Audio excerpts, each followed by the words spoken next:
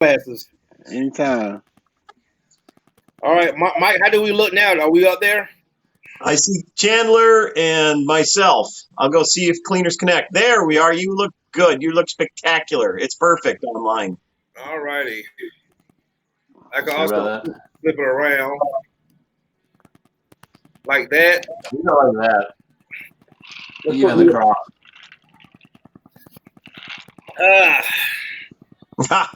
Hey, look at all he's got going. If you slip and fall, you're going to kill Saiger. Why don't you stack us? Oh, man. What's up, guys? Hey, Chandler, I was telling them, man, today was the first day. Shit, me and you didn't talk all day. Me, you, and Chandler. I mean, Chad. Oh, yeah. It's been so busy, man. Mark Saiger said they booked out for 2.5 weeks. Just all of a sudden hit hard. Yeah, man, that's how it been for me. It just hit so damn hard starting last week. Nice. I'm booked out for 2.5 hours. Can we hurry up? I gotta go. I got a restaurant to go clean. You do? No. All right, let's see how many people we got in here. What's that noise in the background? That's Mike. I don't know. It sounds like a Maybe my wife is watching soap operas. No, it sounds like a helicopter. I can see Mike's computer kind of flicking his too. Sound like a helicopter. Ah, It's not bad, but you can hear it. it's quite a beat. How do we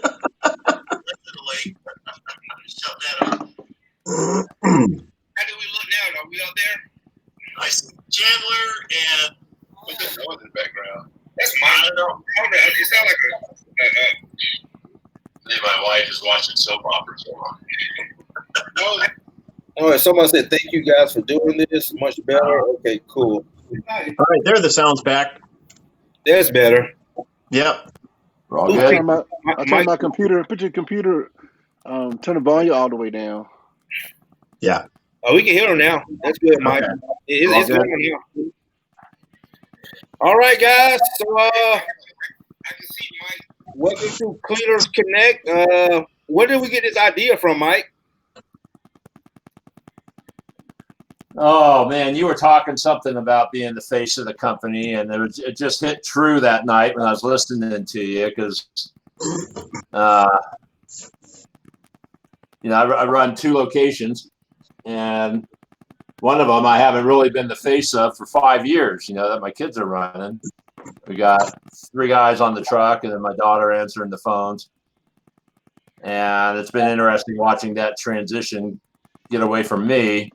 Yeah, they're still servicing, probably 80% of the clients that this beautiful mug brought to the company, right? And I just, I don't know, when you brought it up, I always wonder if they're taking care of them the same way, because you guys, especially you guys, out of everybody I know, I mean, we spend an ordinary amount of time with our customers, right? Before, during, and after the job. I mean, you'll be sitting there with a wand up against the wall and your elbow on it. And you're like, wow, I just talked for 30 minutes. My truck mount is ready to freaking explode out there, right? But that's what it takes to be a premium owner operator, right? Where you get referrals where they don't go to your site or read reviews just because you have such a strong referral from such a trusted person in their life or the community. And I certainly know that's who Chandler's working for. What I call the tennis club set, where all those rich ladies are sitting around drinking mint juleps at lunchtime and talking about what Chandler's cleaning for them that week.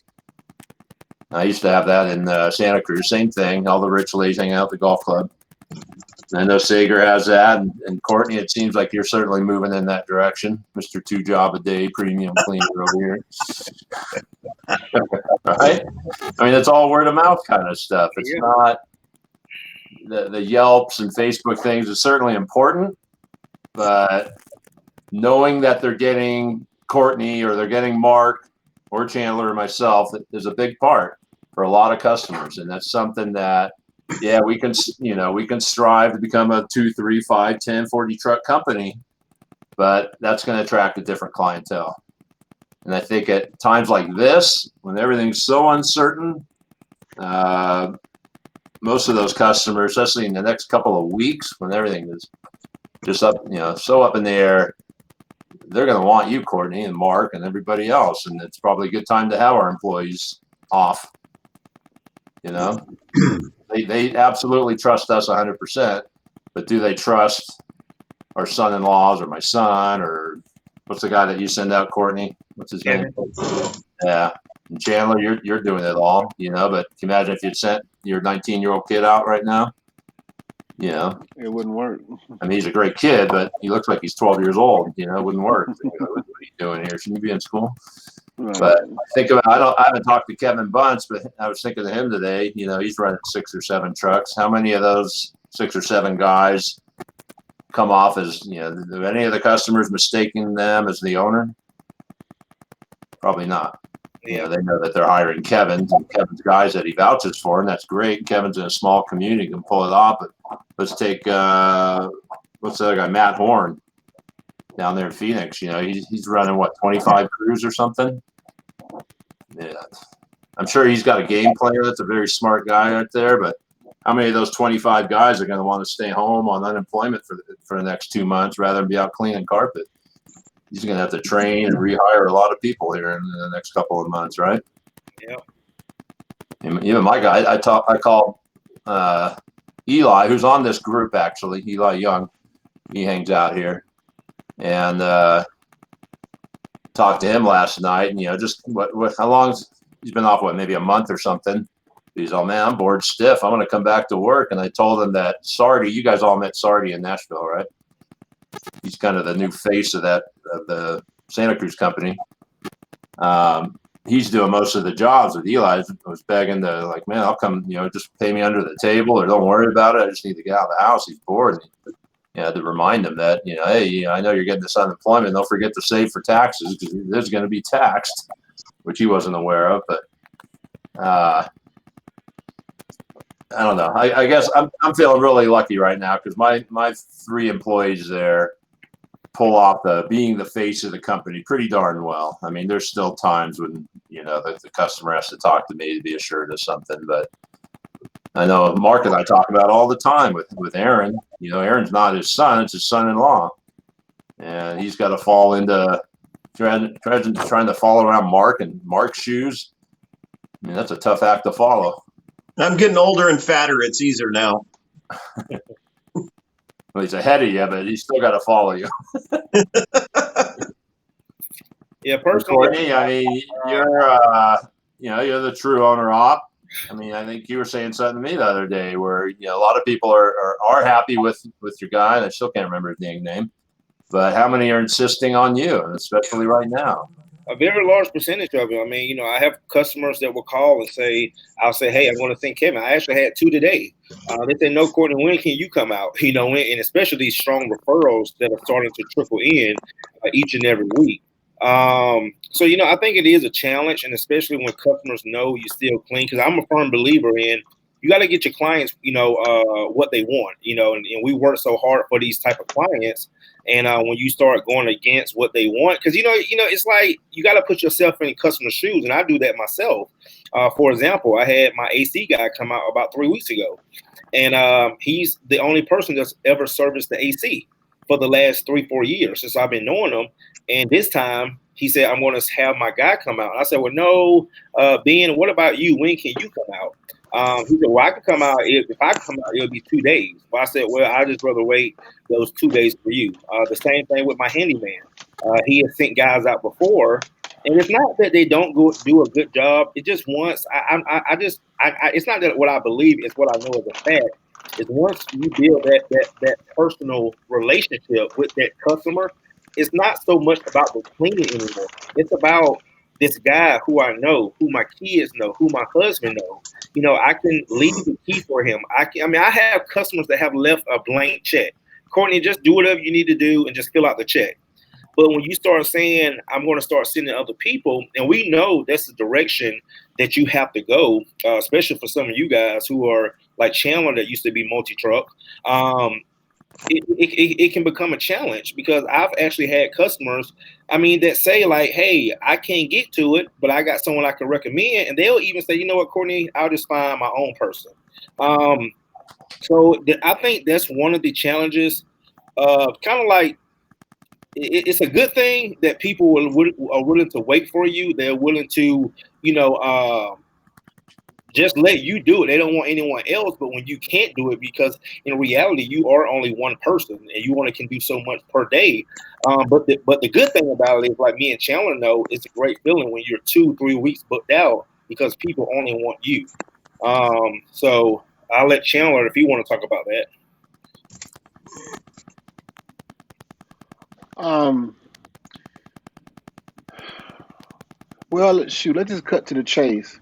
And my belief is that an owner operator should be a specialist. He should be the most knowledgeable and should be a voice of authority.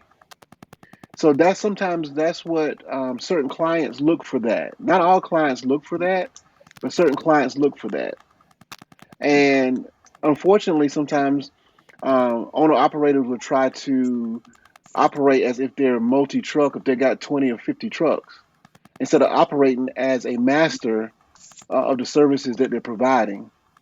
And I think that once you understand that, then that's when you can attract a certain clientele.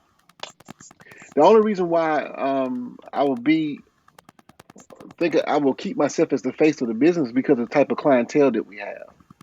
I think that that business model works perfectly for higher end clientele. Those clientele that wants a personal relationship or a trustworthy relationship with whoever's coming into their home.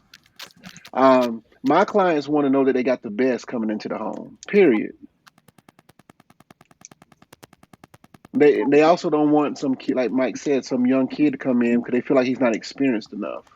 Mhm. Also, they want somebody to come in the home. They feel like that it's not going to be in awe with what they see. They come in to provide that great service, but not necessarily be in awe because they've seen a silk rug or they've seen a diamond necklace on the table and think they might take it. So you have to be. That's why I said it goes back to the owner operator. If you're an owner operator, maybe one truck, maybe even two trucks, maybe three, they got to have somebody they connect with. A certain clientele got to have somebody that they connect with.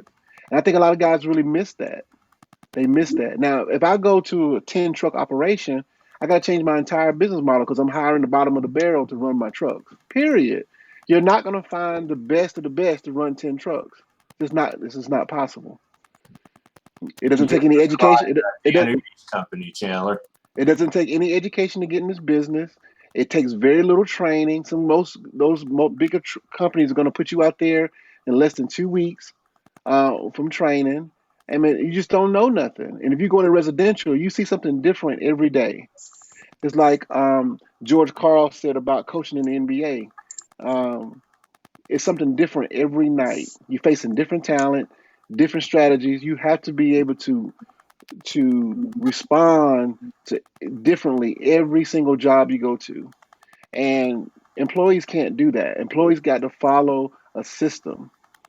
But an owner operator, if you're by yourself, you should be a specialist. You should be going after the best clients out there, not the bottom of the barrel, but you should be going after the cream of the crop.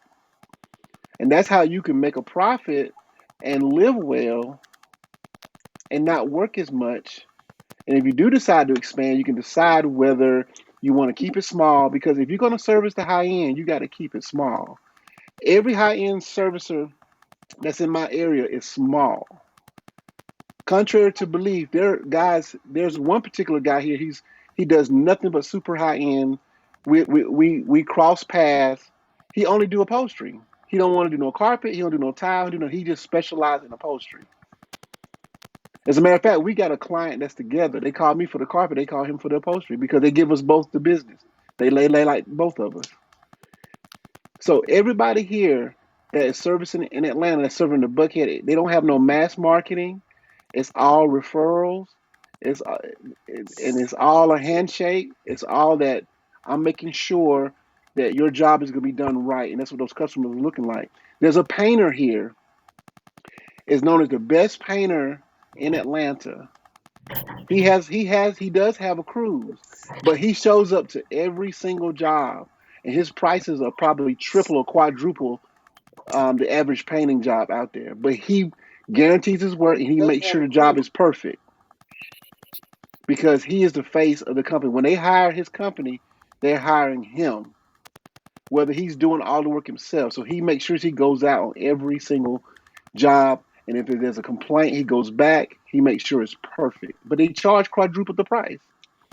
Here, the guys at our network here, the S&S Rugs, they deliver and pick up every single rug. Not a rug leaves a house or go into a house if one of the owners are not there. Not one.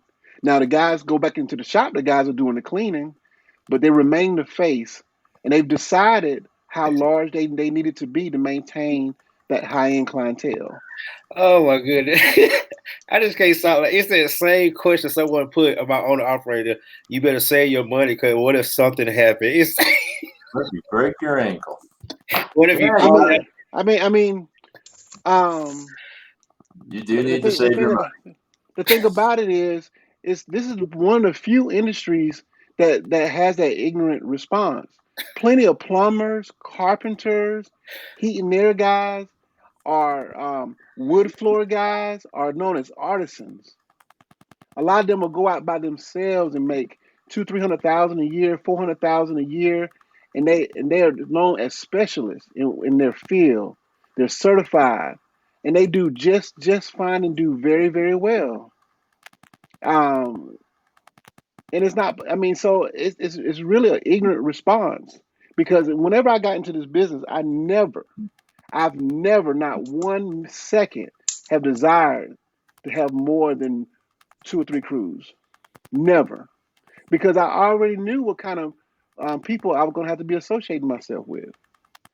So, in order to maintain a certain level of service, you got to have a certain level of people. So, but that's why me personally, have decided that I'm going to remain, whether I do every single job or not, but I'm going to maintain as the face of the company, and move forward with that. I mean, it's like, and I ain't even cut you off, channel. It's like no matter, I mean, it's pros and cons to anything. Of course, the owner operator has to do all the labor. I mean, which in this industry, I mean, you got guys, in their 60s and 70s are still, I mean, cleaning is, come on, guys, it's not that physical. Most of us are out of shape, okay? This is not the most physical job we have ever done. Well, as an owner operator, you don't have to do all of the work. That's false too. You can hire a quality crew, and whether you fire them quick, but you can stay close to your crew. Yeah, that is a strategy to stay close to your crew. That don't mean you got to do every single job, but if you're going to keep yourself small and you're going to service a higher clientele, you have to keep it close and manage your business tightly, because that's how you would keep the back door closed and keep the front door open, right? Yeah. So you don't have to do every single. You just manage it very, very closely. Okay. So, but that's how you maintain the face of it. I wanted to use Dan Udy. He's going out. Seems like he pre-estimates most jobs. Seems like he's showing up on a lot of jobs and helping out, or just sticking his head in. And you can do that in a small community. It's not a big drive. You're not in the, I assume he's not in, an Atlanta type area where it takes 2 hours to get to each job. But I think that's a great example of an owner operator with a couple of trucks.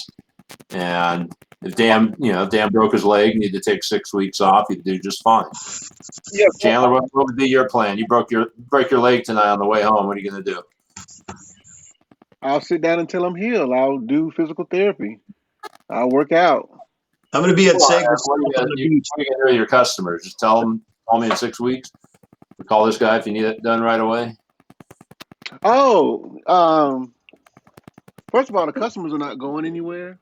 So if I didn't have anybody that I could trust to do the work, yeah, I just tell them just to wait until I heal up. Okay. So, but if you have one crew, of course they can be your backup crew. But other than that, if I tout myself as a specialist, and I'm doing the work, then they just have to wait until I'm healthy again. And that's the good thing about being a specialist is that it's not too many people they can go to for that particular service. What about you, Saiger? Let's hear Saiger talk, because Saiger, everybody has know you like one of the godfather of carpet cleaning, and you are the face. But I've always said I always wanted to mimic your business model, because even though you are a 2-truck operation or 3-truck, it look like you're almost all the jobs, in the way you put your jobs, your trucks on most of the jobs. But again, that's not reality for everybody, because you live in a very small community. Yeah, I'm rural. Northern Minnesota. I take off in the winter times. It gets slow here. So with that happening, I go south these days. I used to do different, but yeah, we're at 2.5 trucks. Let's say we have three rigs, 3 butlers. It's different. Like the face for us, yes, I was the face. When I started this business, I started like an owner operator would, and we still are kind of owner operating, but it was known as Mark Saiger to come out and clean your carpets.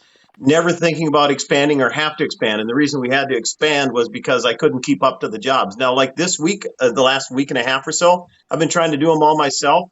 I couldn't do it. Now, some of our problem is it's seasonal. So like the resorts just got word from the governor, they're going to be allowed to open up, and the opening fishing's happening. And boom, we have 3 resorts. Well, that's like 14 or 15 cabin type houses, fairly well stocked, wanting wall to wall, move everything, take care of the whole thing. And that has to be done in the next 2 weeks on top of all the other jobs that came in. Now, a week ago, my guys were unemployed. We laid them off. Gosh, I don't even know how long they've been laid off, to be honest. Couple weeks at least. But when it busts loose here, you got to be ready to go. So on the owner operator thing, now we started doing pictures like for press releases and publicity and advertising with me and Aaron, to start getting Aaron known around the public. So now Aaron is kind of becoming the face of Saiger Steam Clean as well, because they see him more out on the jobs than they do me. Now, some of my own clientele, they're actually very happy with that, because they know it's still a family member. They feel that even if Brady isn't a family member, they still feel at times he's with us, so he's got to be okay. So, but I'm not running like 12 trucks, 25 trucks. That is a different animal. If I get hurt, yeah, I'm covered, no problem. If Aaron gets hurt, we're going to be hurting a little bit more. Brady can do it. Aaron can hit him with a crutch if he had to, do whatever.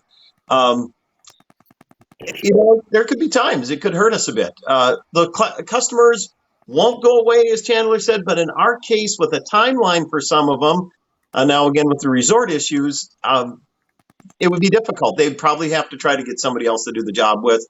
Some of these resort jobs are like $3,000 to $5,000 in a day. And so that's more on the commercial side. Yeah, it's commercial, residential, commercial. Yeah, it's a commercial owned doing residentials. Yeah, residential to me is more personable. Just like, for example, I have Kevin. Kevin's been with me for about 1.5 years. And again, I'm still, like Chandler said, I am the face of Truman Steamers, because when people look at YouTube, Facebook, they see me. I'm the one sending the messages, but Kevin still operates. And he does have a few customers that, hey, yeah, Kevin did a great job. Can you send him back? But I'm still the, again, like Chandler said, I have to make sure that the customers are happy. I have to make sure that the marketing is going, just make sure everything is going the way it should. But Kevin is just doing the labor, the side of it.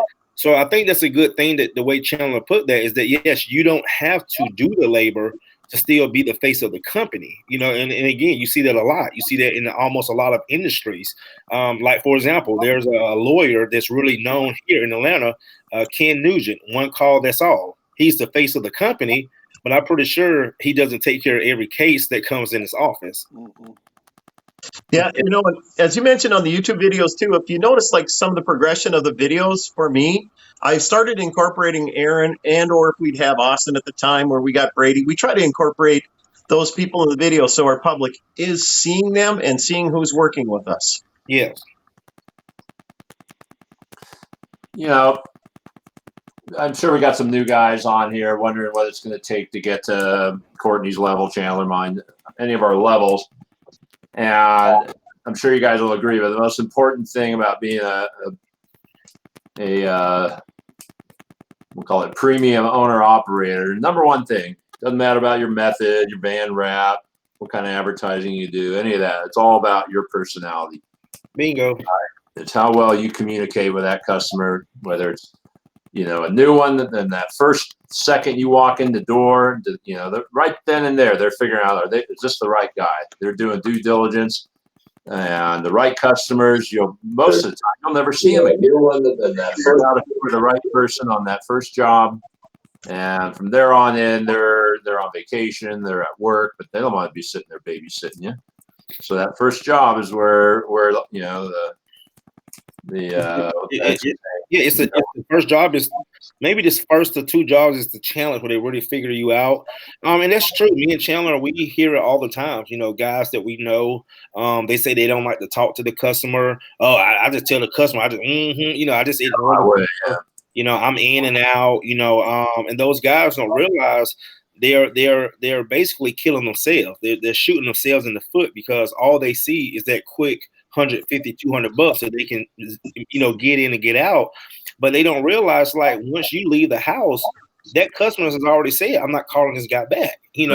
This guy he was rude to me. He didn't want, you don't think these, like, it's like carpet cleaners don't realize customers are real people. Like, they are figuring you out soon as you walk into the door. While you're upstairs cleaning, they're looking at your van. They're looking you up and down. It's just amazing what customers will tell you when they open up to you. And this is one thing I learned, and even me and Chandler has talked about this, is when customers open up to you, you'll be surprised what they tell you. Like, I never heard a customer tell me, Courtney, I know you're a professional because you don't wear tennis shoes. Courtney, I know you take care of your equipment or your van because you have new tires. Customers look at that. But if you was doing the opposite, do you think they would tell you that? No, they wouldn't. It's almost like when we go out to a steak dinner or we go out to a restaurant, you know that food was horrible. But when the waitress asks you, did you like the food? What do you do? Yeah, I like. You lie about it. But guess what you're telling yourself? I won't be coming back here again. Some of it starts right at the first moment they make the call, as we've all heard too. Realistically, in our case now, we've got our daughter answering the phone, who our daughter has been out in the van a number of times for a couple of years. She was one of our lead techs. And then my wife has gone out cleaning too. She hates going out cleaning, by the way, anymore. But between our daughter and my wife answering the phone, that's that front line that gets us in the door many a times. And then we have to take the ball and keep running with it when we show up. Showing up, not looking all grubby, scuzzy, and dirtied out and, smelly, the routine. And you know how hard that can be sometimes. By the end of the day, you need to peel off that shirt to get a new one on and keep working. So, there's a whole progression through it to keep that job. Yeah, that's why I can't. When I have helpers that smoke cigarettes, I just can't do it because I don't smoke cigarettes. It's, oh my goodness. They smell it. They smell it. Mm-hmm. Well, one strategy that I'm going to use when I build my next crew that's beyond a helper situation to a lead tech is that that will allow that crew to build its own customer base. So I'm gonna massage my customer base as much as possible, but I'm gonna allow them to build their own customer base. Even though I still will follow up, still be the face, but I'm gonna allow that lead tech to build his own customer base. And that's what I do with Kevin. I try to get him a lot of the newer customers that come in. So that's why I usually stay a little bit. Like, my schedule is already full this week. Now, he do have 2 tomorrow. We're doing a job together Wednesday, which is a new customer. It's a hardwood job. But that's what I typically do is try, because, again, I've had that certain customer that's been using me for 5 or 6 years. And as long as I'm able to clean, they don't want to hear, oh, you're going to send someone else. A lot of guys will get on here and say, oh, that's not true.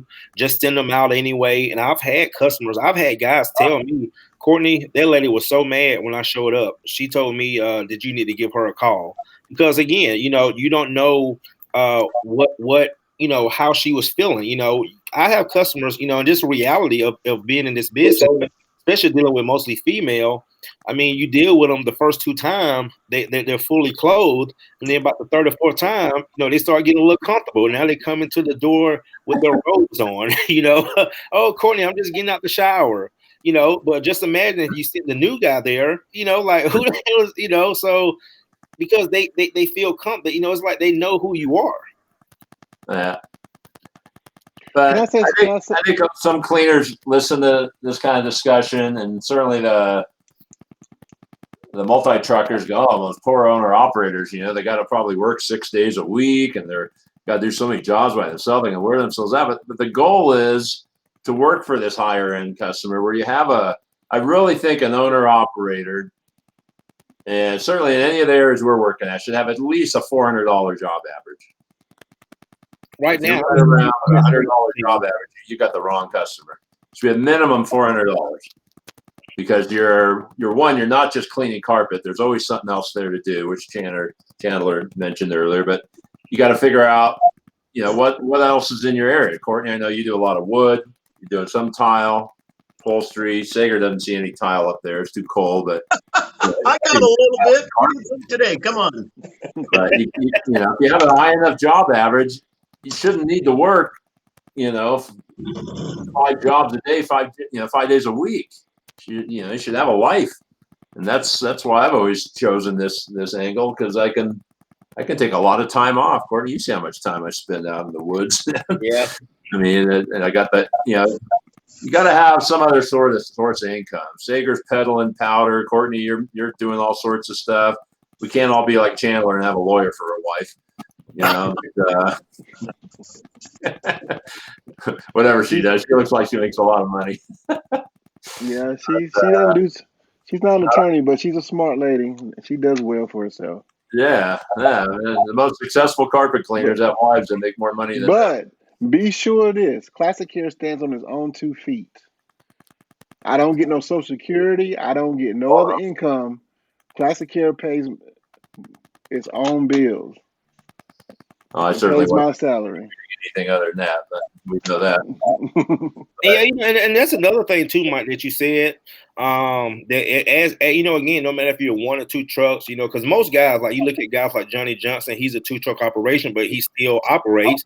But I think that's the thing that we do have to do is, like, cleaners don't realize, like, getting other trucks isn't the only way to make income. I mean, and someone like Chandler will tell you this, you know, because we know, I mean, me and Chandler was talking about this last week, man. We are just baffled about how many, multi-truck operations that used to dominate the Atlanta area, and they're like 95% of them are like gone.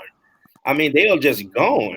But you know, one thing that we have a good friend here who still runs a multi-truck operation, but he does apartments. And one thing he told us is that you really don't see that good profit margin until you get to what he said, talking about that 4th, 5th truck.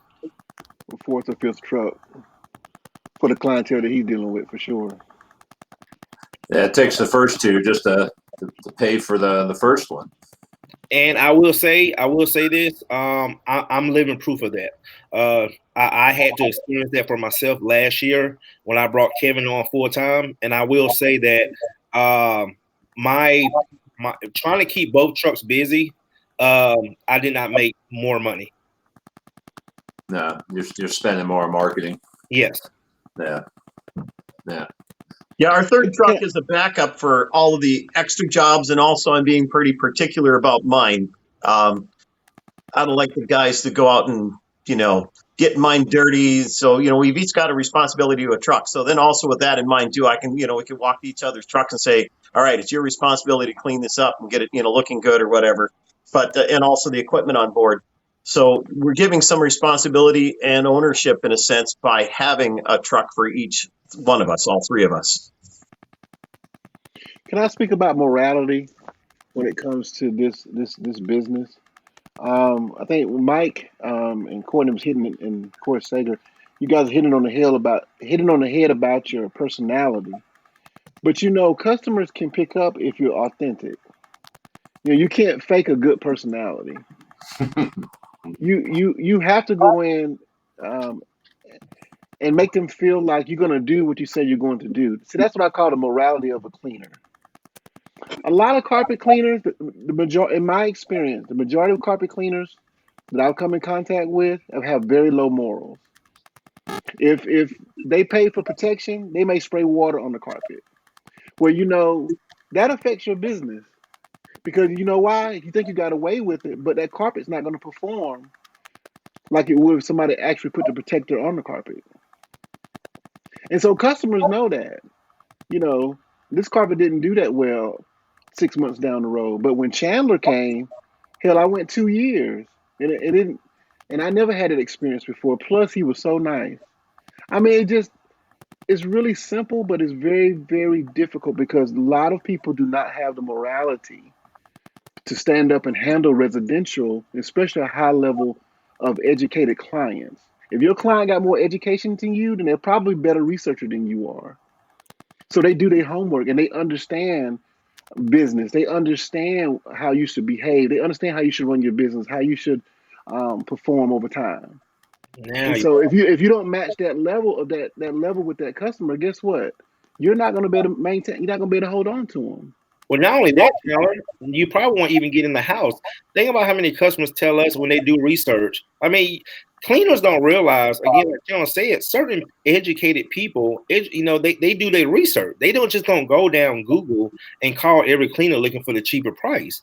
I mean, customers tell us all the time, "Oh, I chose you because of your website, your reviews, your referrals." I had a customer tell me today, and Chandler just hit it on the head. The lady told me today, and I did a video on this. She said, "Courtney, one thing I noticed, the reason why I called you back, because my carpets stay longer compared to the other cleaners." Mm-hmm. She recognizes that, Mm-hmm. So that's a key thing that Chandler said, man, is that cleaners are so competitive. Like, I got guys in my area that will keep their prices cheaper than mine because they think they're gonna get the same type of customers that I get, but they're being competitive. I mean, they're actually doing it on purpose. Oh, if Courtney's charging 50 a room, I'm going to charge 40 a room. So the customer's going to call me, but when they call me, I'm booked out for a week or two, but they're not doing any work. And the reason why, it's not about the price, it's about the certain type of customer that I'm trying to attract to my business. So when a customer tells me, "Courtney, I seen this sign that said 4 rooms for $100. How do a company stay in business with those prices?" They don't tell you something like, "Damn, how can a typical person that don't know anything about the business know that a company cannot sustain a profitable business at that type of price?" Unless You're attracting the right kind of customers now, Courtney. I mean, you and I both come from a discount coupon type background where we did work for the $12.95 whole house special. So you remember back to those customers, and it was like a whole different style of living. You communicated with them, and it was like 2 totally different types of people. And now once you get into people that get what you're saying and want to see you do well, but they also want to have that factor and that authority that Chandler talked about. And yeah, you do need to be the king of your domain and be the best at carpet and the best of your ability on rugs, whether you have a plan or not. And when it's not appropriate to clean it in the house, have a good company to refer to. Tile and grout and vinyl and wood and all the hard stuff that's more important than ever. You got to be on that stuff. And if you don't, you got to have a long list of credible referral sources. People that put so much emphasis into getting someone that you can refer, that you've used or you've seen their work many times. And man, they put so much value on that. I'm sure Chandler gets hit up all the time. So I'm sure all you guys do. Good window washing. Someone who can do this, do that. Man, when you refer the right person, they love you for it. We got more compliments on that than almost anything. Referring a good source, and we've always been in a tip type group. We're in Santa Cruz. We're in one of those, which is great because the 30 or 40 members that are in there are all top in their fields, real easy to refer. You guys probably have BNI in your area, right? Mm-hmm. I know Rudy's always going to BNI meetings. I'm in a different one over here, a little smaller, but referral sources are super important. Super important. Somebody said, "What's the best way to get referrals?" Not just get. See, this is another thing I was going to say too. I'm going to add and see what you guys agree with me.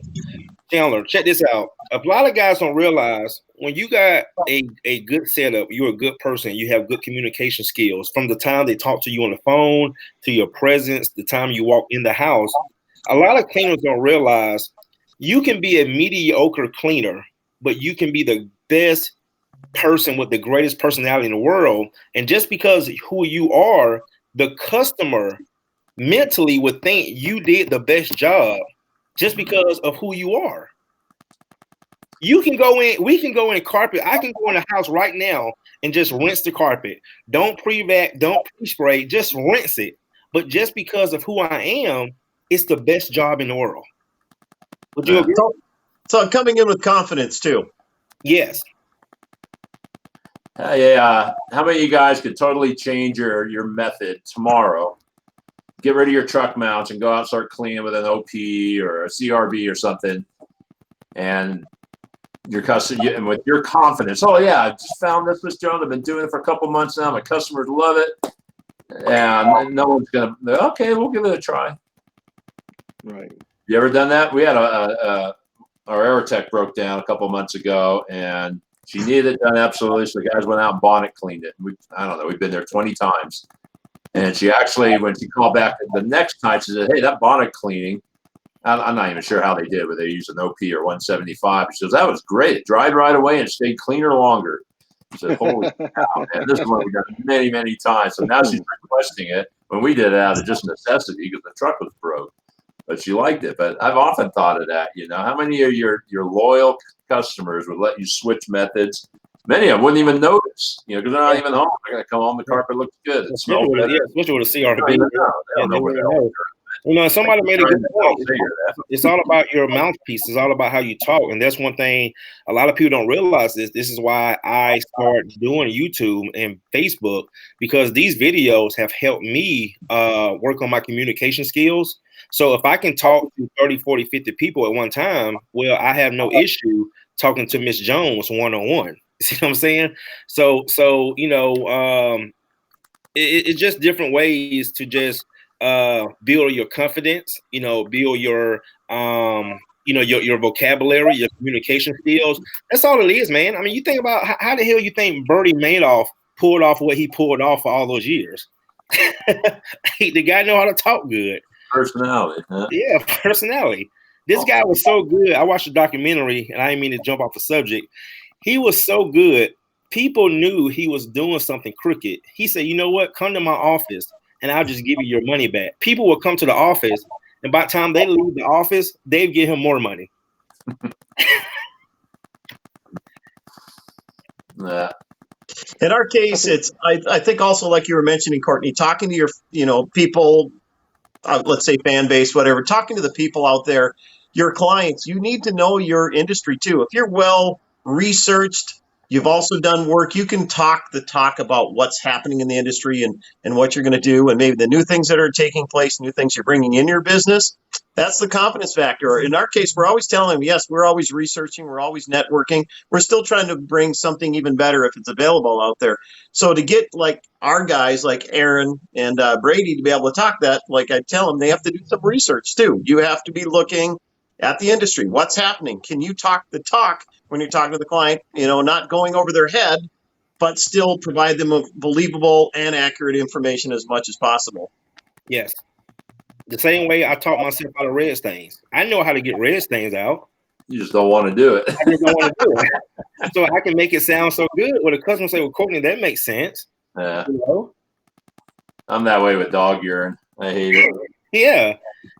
I'll rinse it as good as it can be, but when the dog dies, buy a new carpet. I've said 100 times. I know, Chandler, when you was multi-truck, how many trucks did you operate? No, the most I had was 3. 3. A lot of people don't know that. A lot of people don't know Chandler was a multi-truck operation before. No, I didn't know that. Yeah. Same company name? Yep. Same area. You still have some of those clients? No, different area. Heck no, not the same area, not the same clients. Way what different area? What area? It was more in the suburbs area, yeah. And I was doing mostly commercial too.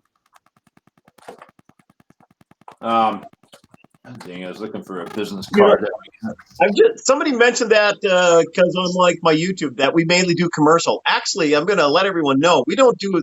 We're not videoing in a lot of people's personal houses.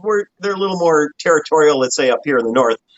Our business is probably 70% residential, maybe 25 to 30%, commercial. So you see mainly in our videos a lot of commercial and a lot of empties, but our business is about 70% residential, and I think sometimes people don't realize that that watch my YouTube videos say. So we do a lot of residential. I think with the owner operator versus the multi truck operator. First of all, I think that's ignorant. And so I just want to put my personal opinion on that. Secondly, I think what a lot of people are missing when you're dealing with residential or commercial or any with the service industry, you got to be able to sell. Because even if I was running a 10 truck operation or 20 truck operation, somebody still got to be the face of that company and still be able to sell.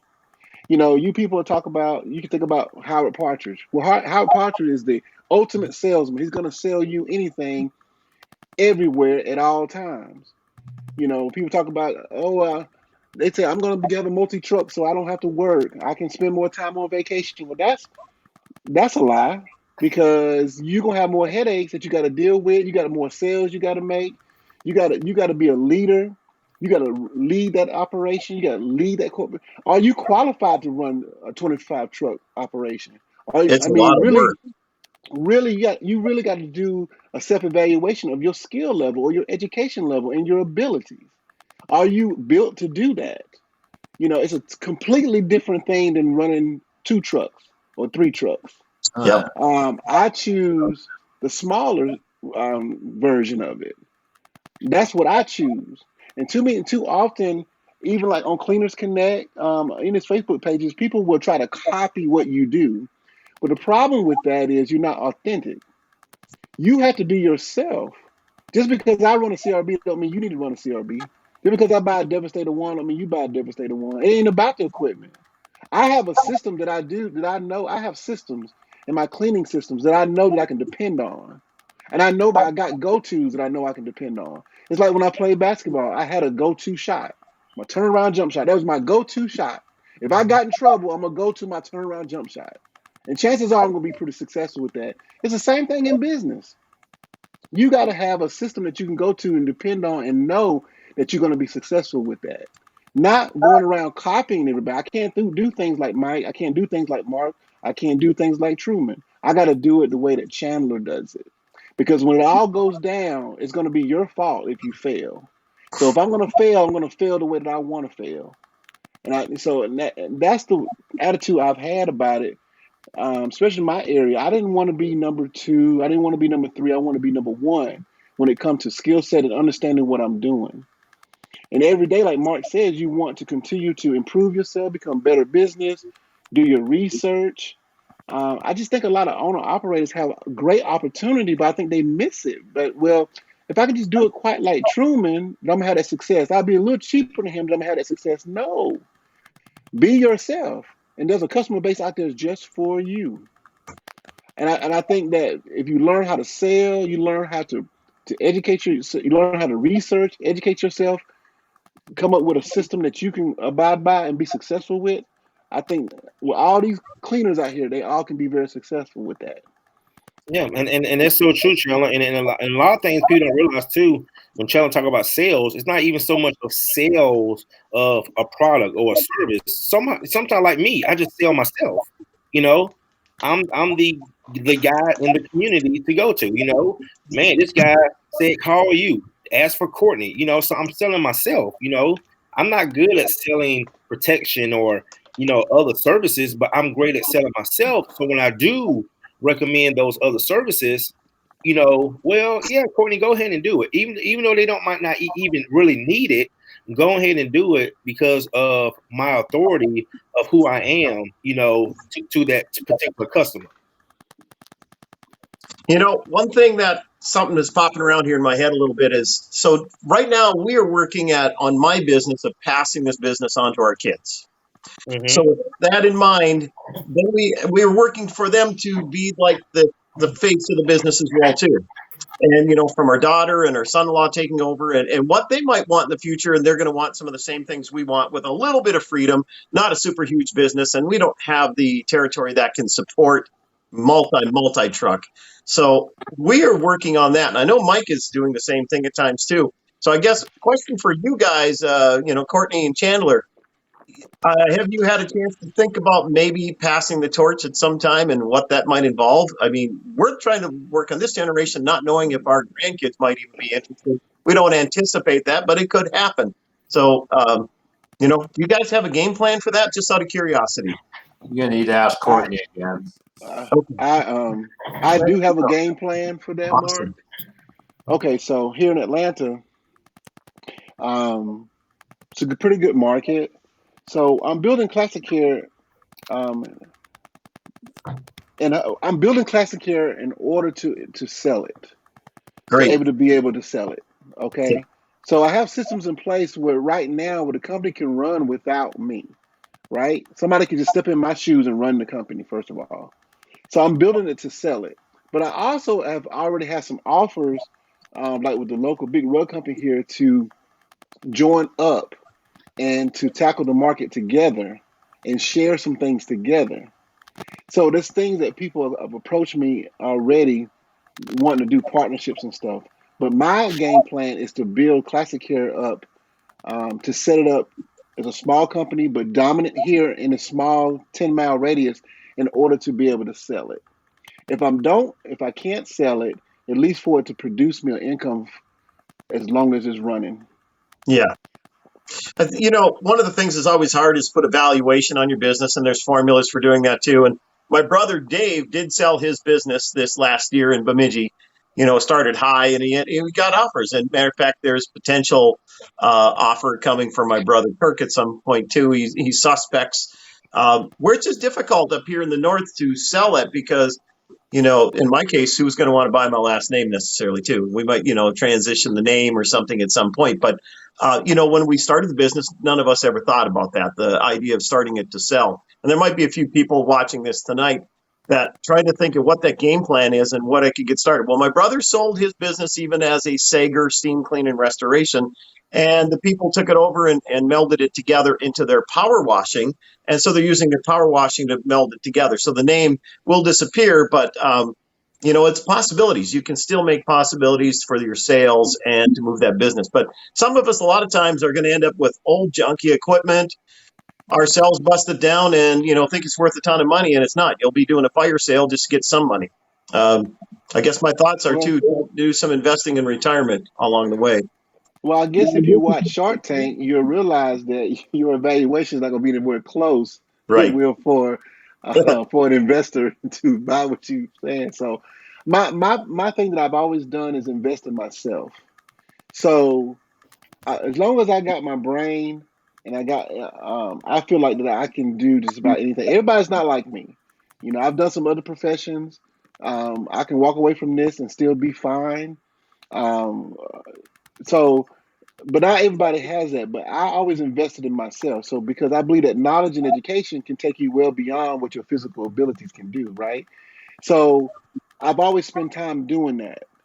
So if I decide one day I just want to walk away from it, then that wouldn't be no problem for me.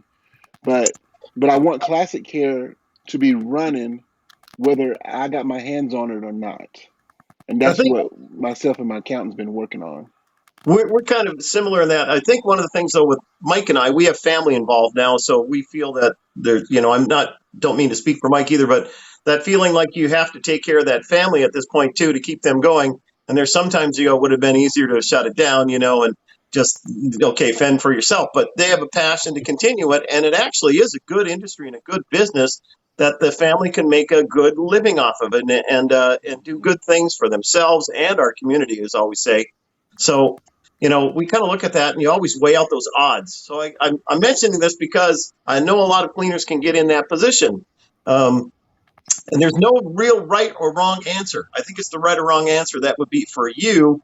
But it's something I want to put out for you to think and have different avenues and different, you come to a T or Y, which direction you can go. Not necessarily it's going to be a bad one, but there's going to be something different. You're going to have to be ready to think along. It doesn't mean that the why can come back together again and you go from there. So, and I'm speaking a little bit from experience. I guess that's why I'm saying it. Do I have a set exact plan that's going to go straight? Not a chance.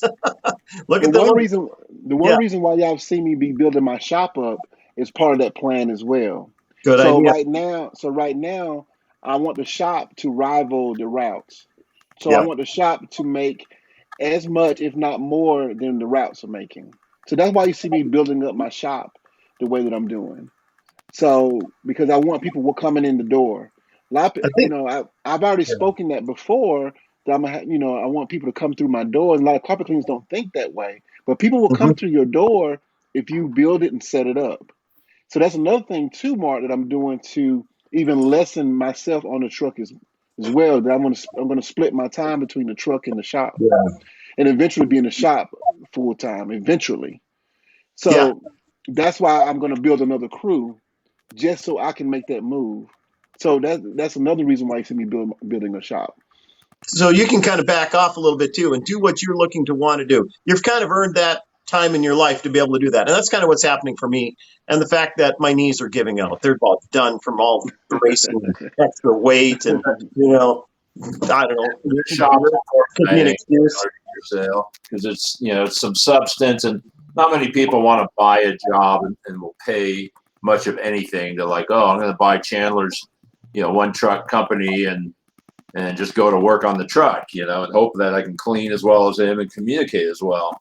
I mean, you're not going to find someone that's going to pay you anything for that. They'll take your clients and translate or transfer the name like they did with Saiger's. But if you got a shop and you're providing in-shop services like that, I think you're realistically you could sell it to the right person, at the right time, and get some pretty good money for it because it's more than just a truck route, basically. And making enough money to support a shop is another thing. So you're talking about your rates have to be up there a bit. When we're talking, we all four of us, I think, are charging a good rate for our area to make a living. Yes.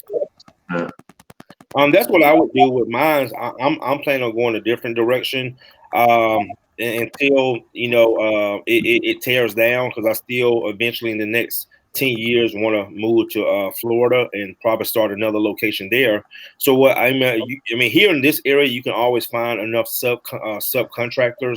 So what I would do is when I decided to not clean here anymore, or whatever my next journey brings me, if it's worth it, instead of closing it down or selling it, I want to just keep subs working, continue to keep the business alive.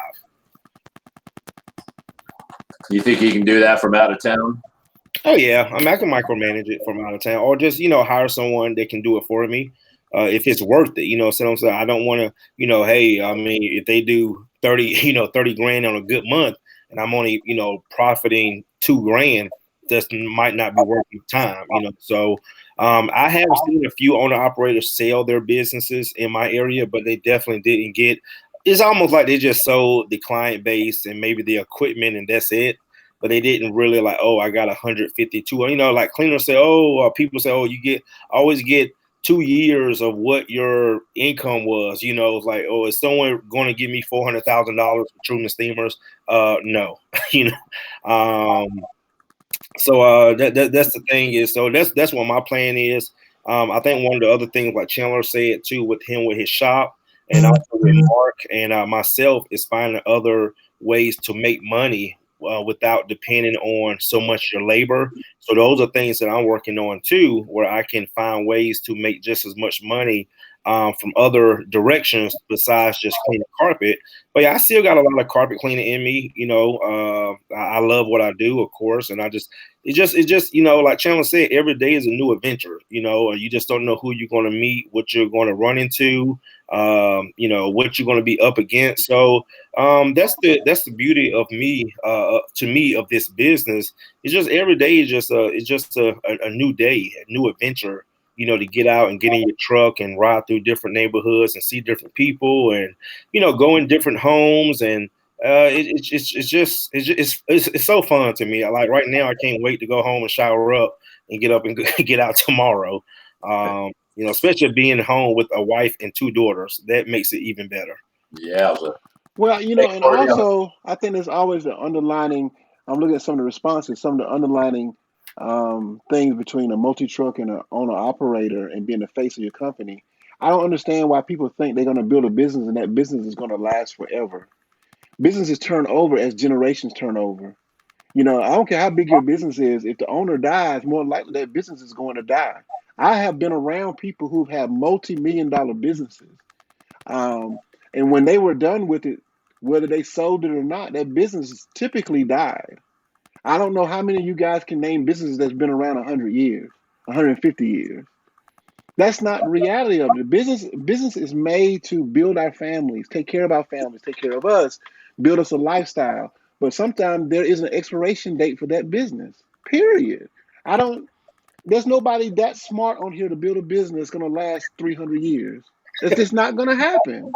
So if whether one man works for 20 years and then he just get out of the business and say, I'm done, there's nothing wrong with that. If you got 50 trucks and you running, there was somebody here called Visions Carpet Cleaning. He had 50 trucks. They have 0 trucks now. So what about Venturi? What about Future Fee? All those companies. all these, they were making millions of dollars a year. And come on now, too big to, if you haven't seen this in the recession, too big to fail.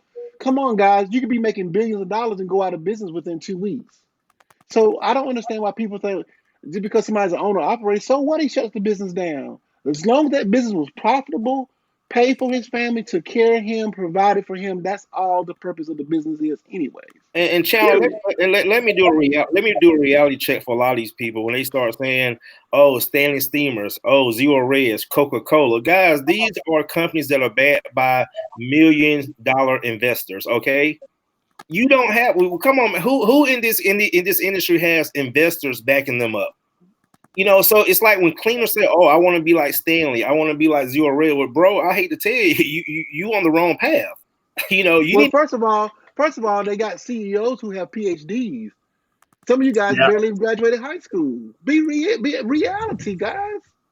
They have finance degrees. We got chief operating officers. Come on, guys. These people are not stupid. They sell stocks. You got to face yourself in the mirror and build yourself up from there. You can't be like somebody. You got to be yourself and develop it. If that's for you, you're move in that direction. But you got to educate yourself. You got to know what you're up against. You got to know what your competition is and build yourself from there. That's the reality of it. Like cleaners say all the time, I hate Zero Res. Well, guess what, guys? Zero Res will hate you because they're not even thinking about you.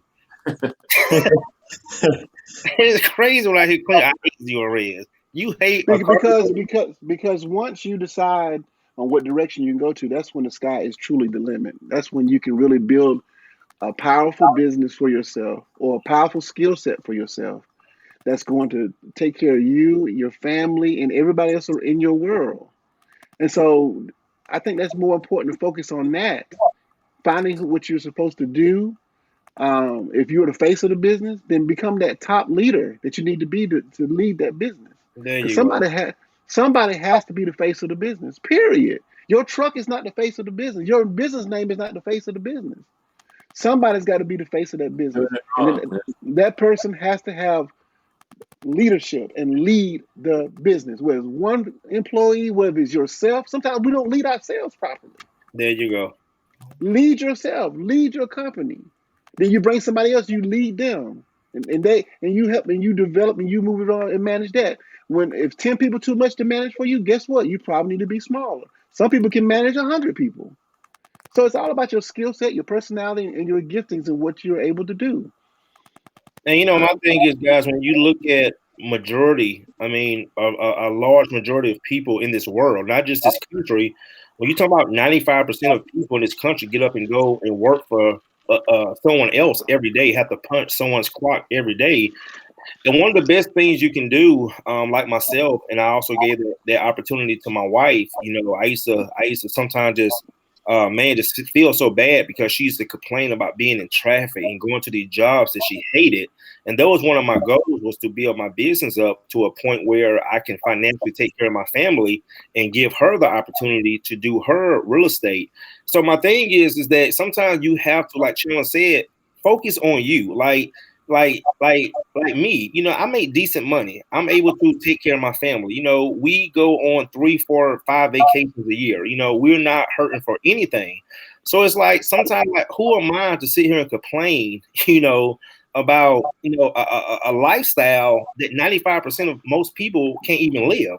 Like, I don't have to ask to go on vacation. You look at someone like Mike, always out in the desert riding those damn golf cart. Look at Mark Saiger. Got 2 locations, go down to Florida anytime he wants to. Chandler Thompson, so the thing about it, guys, is like Chandler said, focus on you. Are you happy within yourself? And that's why I think a lot of us, I don't have to compare myself to anyone else. If a guy has 10 trucks, that's good for him. That is, I'm happy for him. But that's not for me, because I know who I am. I'm not good at managing people. That's why I'm glad I have someone like Kevin. I don't have to manage Kevin. I just book to get the jobs for Kevin. He go take care of the jobs, and we keep it moving because I know who I am. And a lot of people don't know who they are. So again, like Chandler said, they try to mimic. Oh, look at, like, when they see all these trucks, Chandler, what do they say? What's the first thing they say? Hashtag goals. Go. But what hey, you guys know, industry wide, what is it? 85, 90%? Carpet cleaners are owner operators, right? Yep. I mean, it's really high. So I mean, it's not that easy. So let's take that. Let's go at 90%. Of that 90%, maybe 5% of that 90 are online on these groups and forums and whatnot. So I mean, it's so easy to excel and be a top-notch owner-operator with the information that's right there in your palm on your smartphone these days. I mean, almost everybody on here probably has always had the internet to go to, all these new cleaners. I mean, but go back 20 years and you had nothing. You might have had a local association that you'd go to a meeting, once a quarter to talk to your very local competitors who would do nothing but lie to you. They were going to help you out. You're the guy down the street, right? Right. Man, now it's just so darn easy to excel. But you do have to have that one thing you can't buy, you can't learn, you can't go to a seminar 1 day, 10 days. You got to have that personality, and you got to be honest. If you don't have that people-pleasing personality to sit there and chat it up with them, but you want to be a carpet cleaner, then you're probably the guy who needs to run multi-truck and stay behind the desk. That's right. That's right. Indicator right there. If it's not in you, you don't enjoy it, and the customers aren't getting by. But I see a lot of guys online. They move. They reinvent themselves. They move from my group to Rob's group to all of these, and they think nobody's paying attention or they don't care, and they probably shouldn't. But they're always moving to another one to be somebody new on this new group. But I've seen them for 20 years now since I've been on the internet talking about carpet cleaning, and they're the kind of guy that should not be an owner operator. They should be behind the desk and paying someone else to be the face of the company. Hell, they shouldn't even be on the phone talking with a customer. They should be ordering supplies and buying the vans and signing the guys up for class, because they see them asking the same questions 20 years later. They're not going to be a good teacher either. But you really got to be honest with yourself and figure out where you need to be in your position in your company. And I love being on the truck, but I couldn't do it at my age. I couldn't do the numbers that Courtney does, or even Saiger. I don't know how the hell the guy does it, man. It must be killer drugs. Yeah. But, for me, 5, 6, maybe that. And the busy season, I'll do maybe 10 jobs a week or something, but that's unordinary. I'm usually 1 or 2 a day.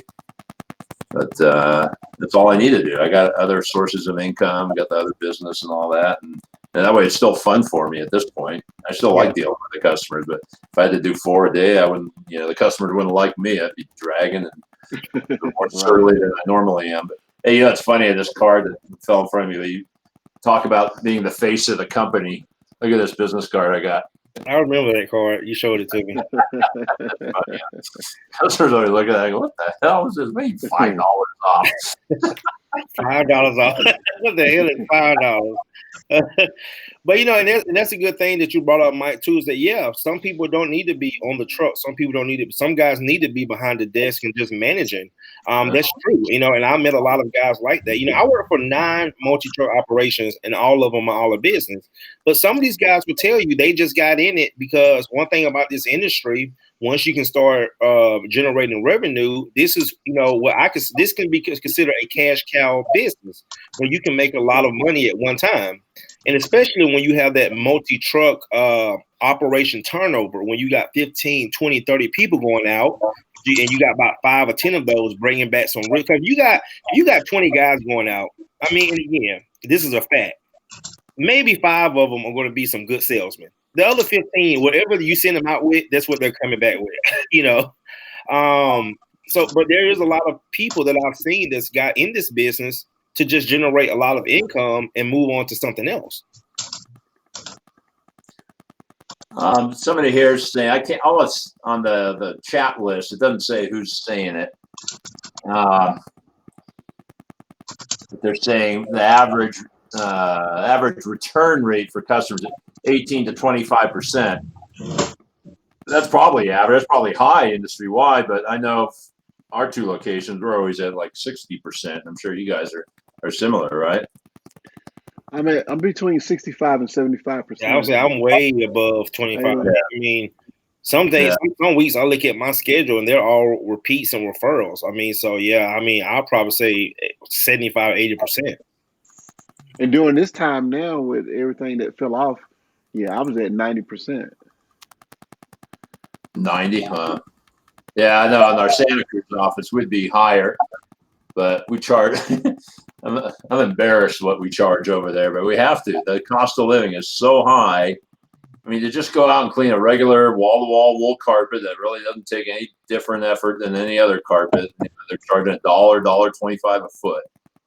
It's like, those tickets, like, I don't know how you guys charge us a straight face, but when you're immersed in that all the time and everybody's living in $1 million track house, it just becomes the norm. Like today I did 3 jobs. 2 was repeat, 1 was a referral, and then I did an estimate, which was also a referral. Somebody said, what does life after carpet cleaner look like for you guys? Just go home to family, enjoy your family, get on Facebook, take vacations. Of course, thanks, Mike, for Nashville, because I don't know when the next time I want to take a damn vacation. I'm not even sure if it's still there. Chad May said, man, maybe I should have stayed a little longer. Maybe we should have set up a group activity packet while we was there. We knew this was going to happen. Really tour with us. That was a lot of fun. Well, I think that people ask that question. I don't know what they're looking for, because sometimes the people ask very successful people, like I know when they had Mark Cuban on House Call Pro, a lot of questions come on. What do you do in your spare time? And I find it interesting people to ask that question, because if you talk to Mark was in the school system. Mark has probably been around ministers and churches. Mm-hmm. And if you talk to any leader about what they do in their spare time, 90% of the time they're going to say they're researching or thinking about what they're going to do when they get back to the job. Yeah. How they can lead better. How can they be on the cutting edge? When I was a coach, you couldn't take spare time, too much idle time, and not constantly worry about your program, because you know why? Because you know the next coach is doing that. Sure, you guys are. So the leaders, a lot of people don't understand that the leaders are always leading. That's why it's so exhausting. It's so exhausting to be a leader. It's so exhausting to be successful or to have some type of success. Of course, we try to have a balance in life, but having a balance in life is not reality. It just isn't. Yeah, we shoot for that goal, but you're not going to obtain a perfect balance in life. So if you're going to always be one step ahead, you got to always be thinking a step ahead. And when do you think? When you're sitting down, you're not working, you're thinking about it. You're meditating on it. You're praying about it. You're doing whatever it takes to keep your mind focused. Before I was a cleaner and I was a teacher and when I was teaching and coaching, that's all I thought about. Yep. How can I have the edge? How am I thinking about my offense? Thinking about my defense? How am I gonna get these kids to respond to this test? How can I get them to respond to this lesson? Even when I wasn't in the classroom. So if you're gonna be a leader, you lead 24/7.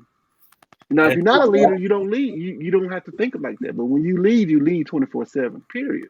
Yep, you're checking emails, you're checking, again, like me, I'm thinking about my day tomorrow. I got people to call back, after 6 o'clock, people are still calling, they're leaving messages.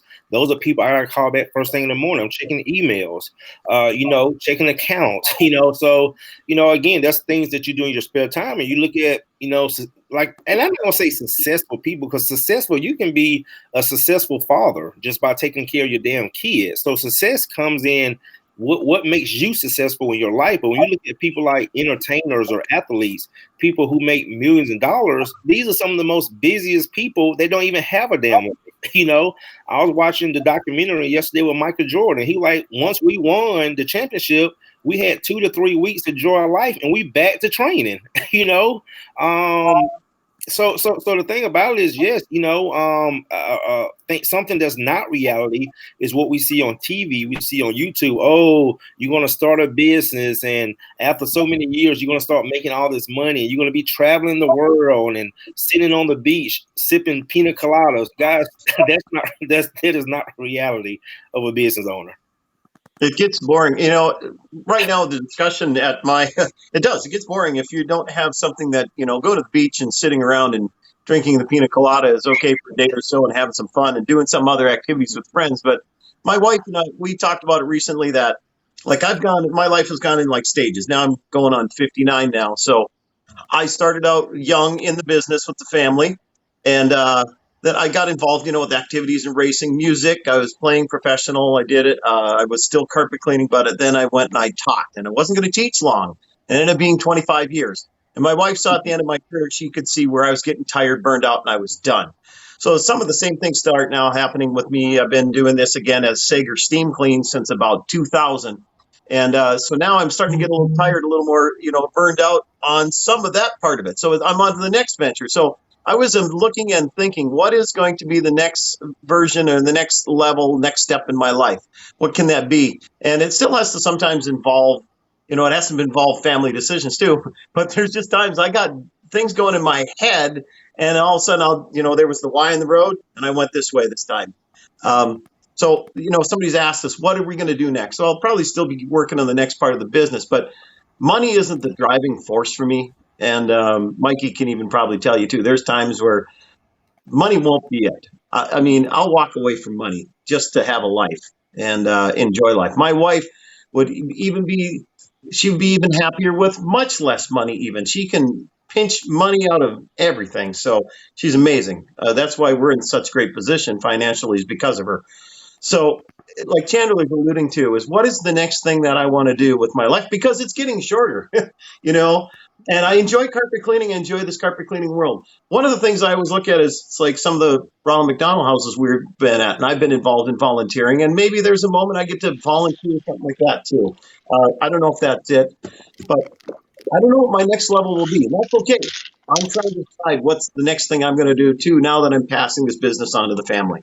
So there's a moment where all of a sudden, you've got your Superman outfit on for this version of your life, and you chuck that aside in the box in the alley, and you move on now with something new.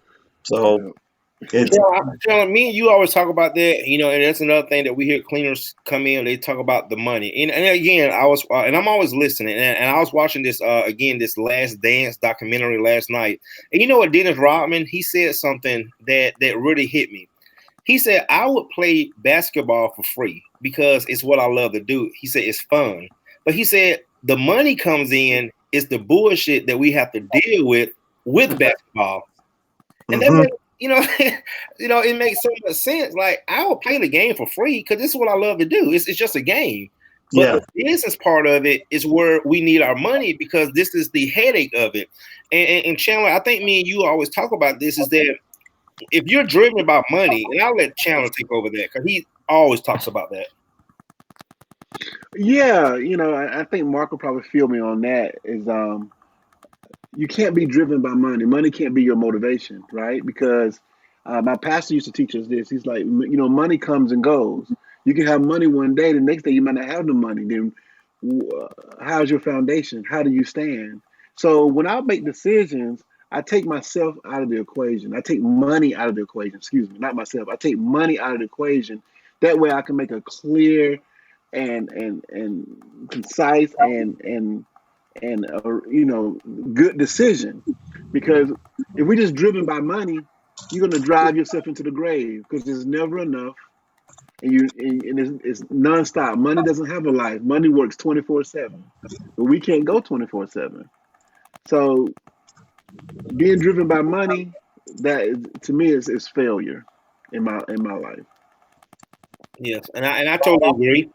Just like, for example, when we get together with these Mikey's Fest events, and us being in such a dominant area full of cleaners, we ask cleaners, "Hey, you guys coming this year?" And of course, they say, "Yeah." But when it's time to show up, what do they say? I got jobs. I got money to make. Yeah. True rumor. I just want y'all to know my 2 rumor took me 3 hours the other day. So that is so true, man. That's another thing about me. I'm not driven by money because I'm going to make money regardless. And again, that's the question we have to ask ourselves: when is enough enough? How much is enough? I mean, I can't tell you how many opportunities I've turned down within the last year. I mean, because it just wasn't a good fit for me. It wasn't for me. But if it was about the money, of course I would have took it. But again, it's not the only way to make money. It's not the only way that I'm going to, make a source of money. Just because someone throws an opportunity my way, let me jump on it because it has a dollar bill attached to it. I don't think that's the way to be in life. But again, that's how I do my life. I've seen over the years quite a few carpet cleaners that get locked into these nighttime kind of janitorial accounts. That's whatever, an auto showroom or a doctor's office or something where they have to be there. So they never get to take vacations. They never get time off because of that one account. I go, why would you do that for yourself? Oh, because it's steady money. But when they tell you the money, it's rarely ever that impressive. But man, I couldn't imagine living a lifestyle where you couldn't just drop everything and leave. I mean, that's one of the biggest benefits of being an owner operator. You don't want to work, cross off the damn schedule. Yep. Why would you lock yourself into a permanent job? I mean, just go work for the man and get the benefits and your paid vacations. Yeah. But that commercial, man, it's a double-edged sword. Jeez Louise, nighttime stuff like that, it just makes no sense. A true story, y'all. When I first met Chandler, he was doing a commercial, but he was subbing a lot of it out. And I never forget, I was on the phone with him one day, and this shoe company he used to do called him and said that the sub that he sent out to it didn't do a good job. So they wanted Chandler to go do it. And that day, I heard Chandler telling people, you know what? Just keep the money and find someone else. Because I'm not going to do it. I'm not coming out there. He walked away from it. Yeah. That's why you need an OP machine, man. It's pretty hard to do a bad job with one of those things. I'm so in love with that dang unit now for commercial work. So easy to train. I mean, it's so hard to steam clean commercial carpet properly if you think about it. Yeah. When you start getting above 200 feet of hose, you really got to be on your game to not soak that carpet, make it smell like an old wet dish rag the next day when the employees come in. Yeah. I still like that challenge. I get excited about that. Dwayne Littleton asks, what advice would you give someone just starting out? My advice I would give someone who's just starting out would be to take care of every customer like it's your last customer. Oh, yeah. Yep. And to start off slow. And learn everything you can as far as marketing and your business. But every time you get a customer, treat that customer as gold. Those new customers, when you're first starting out and you're doing paid advertising, it can easily cost you $100 to get them. You might only be getting $80, $90 on that job. You're actually losing money the first time. So you have to do everything in your power to make sure they call you back so you can make money the next time. And they refer you, and you got to beg in a way that doesn't make you look desperate or too new, but you really need to get that emphasis across that you need more work. Chandler, you probably see a lot of how we all see it, where some customers get greedy and don't want to refer you because they go, "Oh, if I refer all my friends, I'm going to have to wait 2-3 weeks next time. You're going to get people." Yeah. Need more customers. Hand them that stack of cards, bribe them, do whatever it takes, but you still can't appear too desperate. They want to refer people that have experience and knowledge, and if they know that you're your first week on the job, they're not going to be too inclined to refer the balance. But treat them like gold. Always give them something extra. If they say just go into that room a couple feet, go all the way in. Let them know that you did that, though. Clean behind the doors and do a free format, clean the chair of a couch, do something free on every job in those first. You should probably do it for the rest of your life. You should do something free. I mean, it only takes seconds to swipe a wand or a hand tool over something. Yep.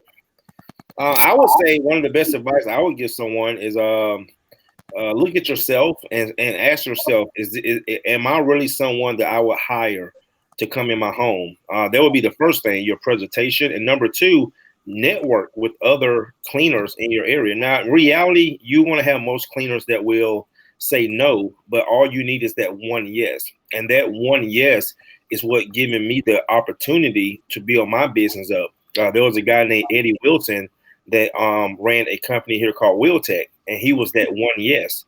He would sub me out jobs, and that gave me the leverage that I needed to continue to build my business at the same time. So that would be my two best advice is your presentation. And again, I see it all the time, man. Cleaners go into houses with, oh my goodness, Atlanta damn Falcon shirts on, damn Jordan jogging pants. Like, I don't know.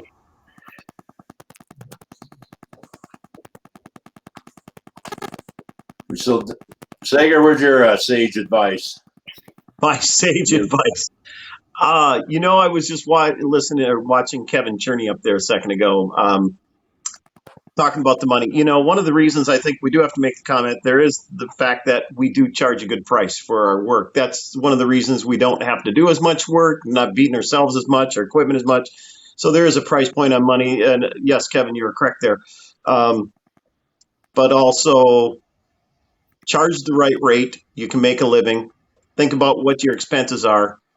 Look at a bigger picture if you can. And if you can't, be maybe fortunate to hire somebody that can or be married to somebody that can. I'm lucky I've kind of got both going here. So was it always happening that way? No. Luck has fallen my way a number of ways. I did go out searching for it at times. And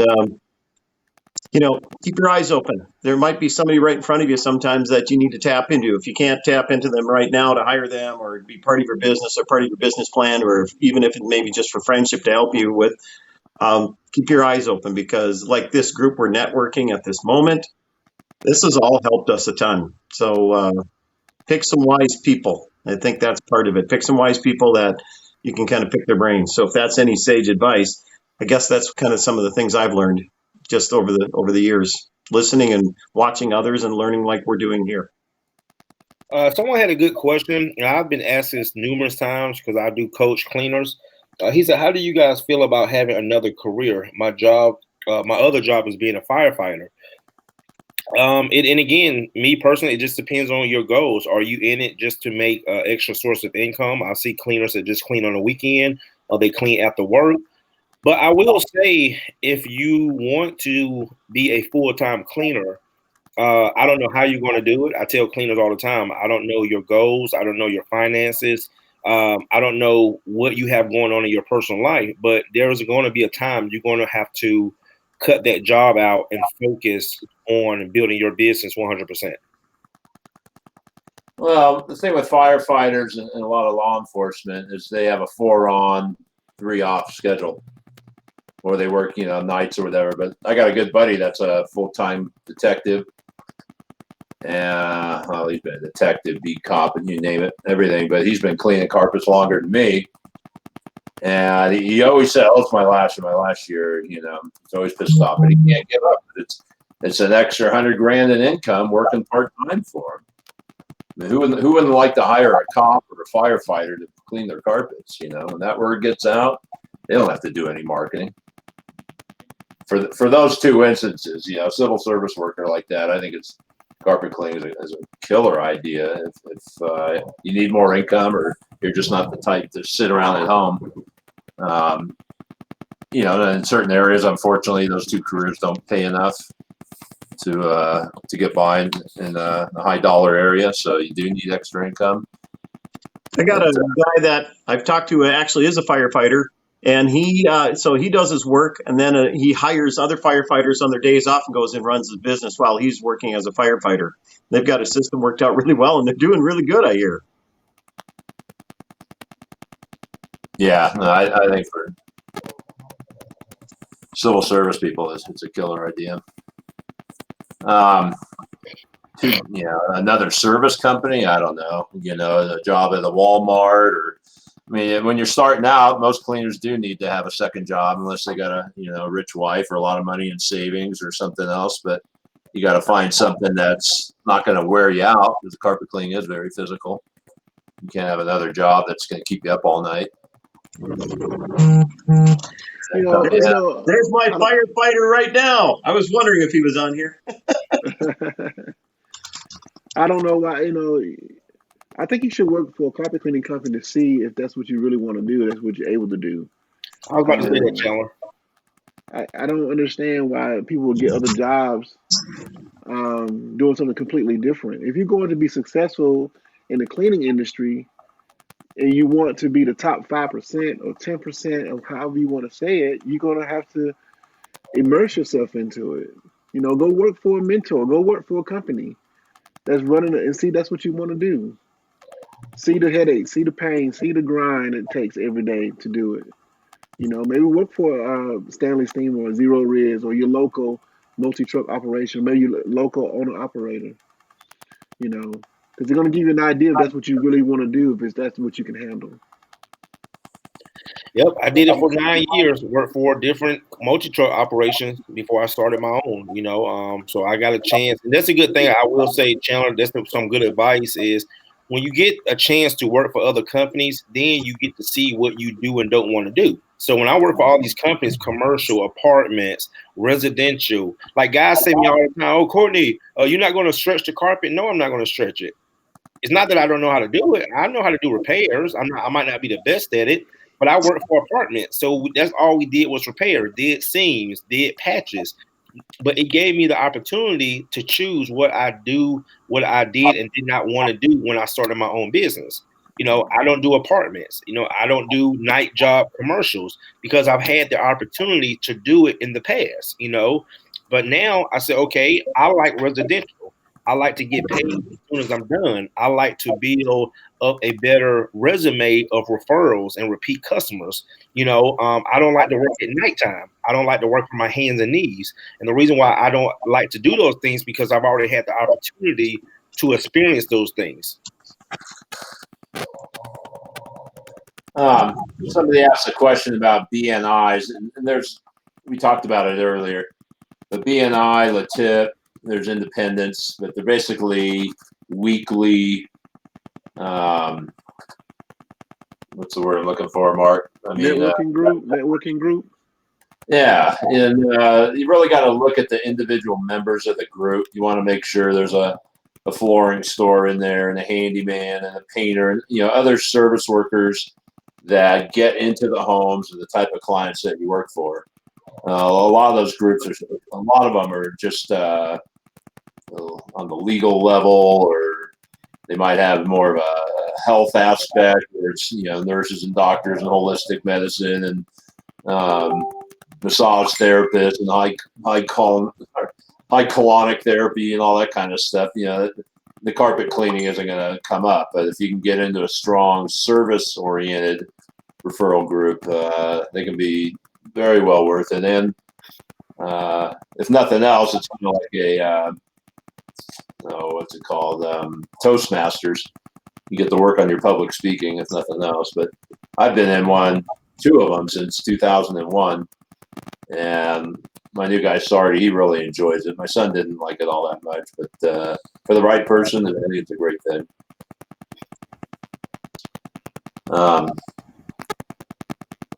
Boy, Ron Musgrave on the fire over here trying to sell something.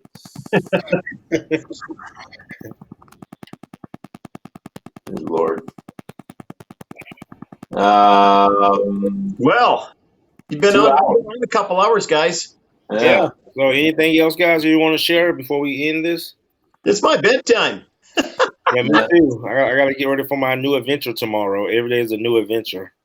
Yeah, I gotta run in the morning. I gotta get up and run. So yeah, I think I'm gonna get up about 7:30, come to my shop and work out for about 30-40 minutes. So but yeah, guys, this is just some advice from us as being the face of your business or as an owner operator.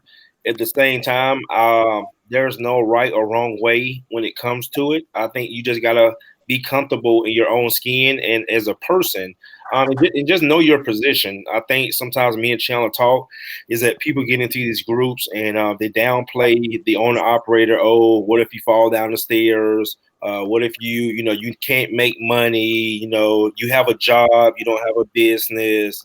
And I just think there's false information. I don't think it's you just have to choose what's good for you.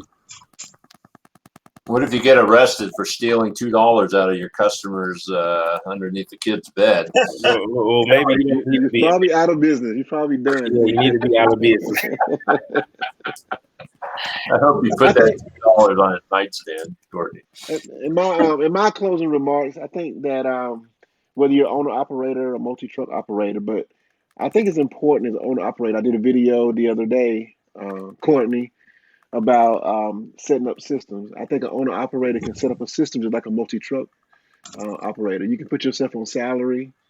You can have, you can put handle your taxes, have an accountant, put your employees on payroll. You can do all that as a small company, and you can manage your finances a little bit better, manage your books a little bit better, and that way you can see where your company going and go from there. I think we become lazy when we owner operators. Just kind of run everything. Just how you can get away with it as an owner operator, but you can't put yourself on a system because anyway, if you're going to have any success, it's going to be systematic, right? It's just not going to just fall out of the sky. So I think that I would like to see more owner operators move towards that, making their business more systematic than just off the cuff. Just my 2 cents.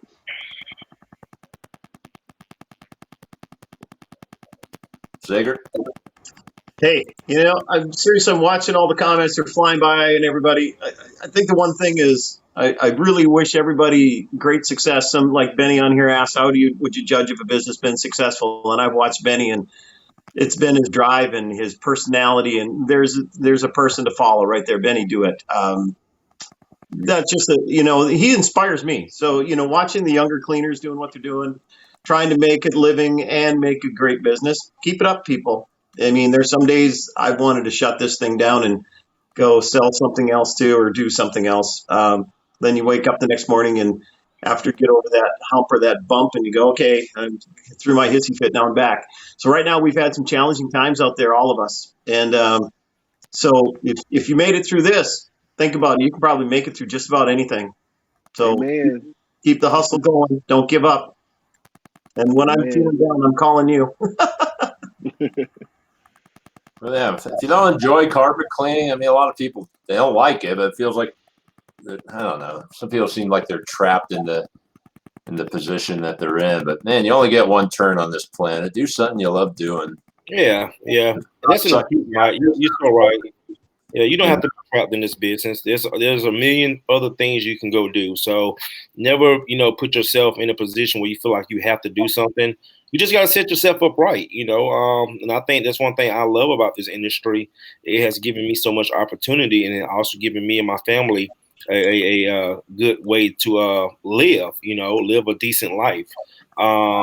That's why I love it. And I just love the network and just love to help other people. But if this business is not for you, just go try something else. Go drive trucks. Go to plumbing school. Go, mechanic. Just find something that's for you. This is not the only way, to make a living. I don't want, and like Chandler said, don't be driven by the money. Okay, that is the wrong way to get into any business, in my opinion. It's just focusing on the money. Yeah. All right. Gotta love it. Gotta love it. Can't just do it for the money. I talk to a lot of cleaners that, their kids are following in their footsteps and they're doing it because of the money. They did it a little bit for dad in their first summer high school job or whatever. And then they go get a bunch of other jobs and they go, man, that carpet cleaning was the best money ever. But they're following in their footsteps of dad, maybe even take over the company. But so few of them, so very, very few, are passionate about it and ever excel what dad did. They inherited it and just went through the motions, Right. But that's no reason to be in it either. Find your passion in life, and man, you only got one turn. Do something you enjoy doing. Right. Being an owner operator carpet cleaner, man, it's actually a pretty amazing opportunity. The stuff we get to see, the people we get to deal with. I mean, I love it.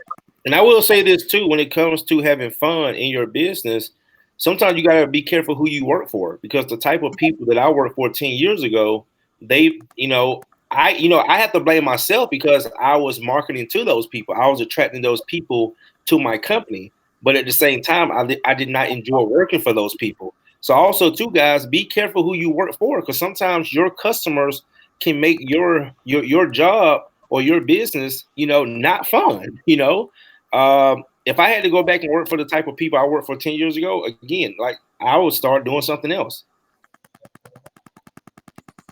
Yeah. And save up a few bucks, come to Mikey's Fest, buy lots of Glide, Saiger sauce, Truman Blue Steamer, and start selling here one of these days. Yeah. All right, guys. Well, y'all have a great night. I'm about to go get some sleep, take a shower. And yes, exactly, Ron. All right, Ron, we got a video to do together, man. Me and Ron did a video, and for some reason, I wasn't in the video. So these days. Anyway, guys, we'll check you guys out later. Cleaners Connect. Have a great night. Thanks, Mike, Chandler. I was about to say Chad. Hold on, Chandler, Mike, Mark. And, yeah, guys, y'all have a great night. See you in the next one. All right. Good night, guys.